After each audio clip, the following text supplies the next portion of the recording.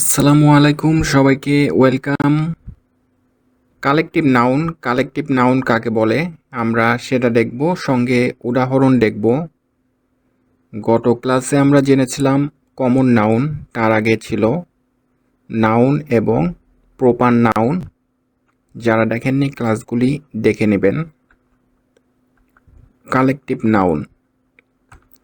Collective noun এমন শব্দ যা একসাথে থাকা একাধিক ব্যক্তি, প্রাণী বা জিনিসের একটি দলকে বোঝায়।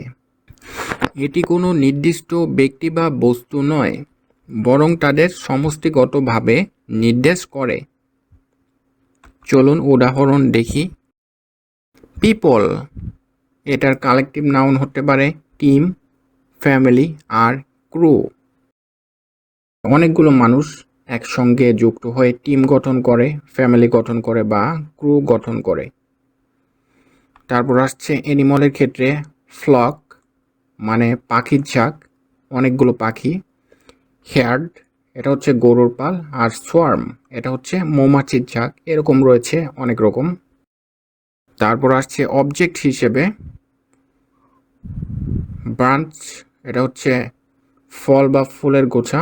ফ্লিট, এটা হচ্ছে জাহাজের বহর। আরেকটা হচ্ছে কালেকশন, যার মানে হচ্ছে সংগ্রহ।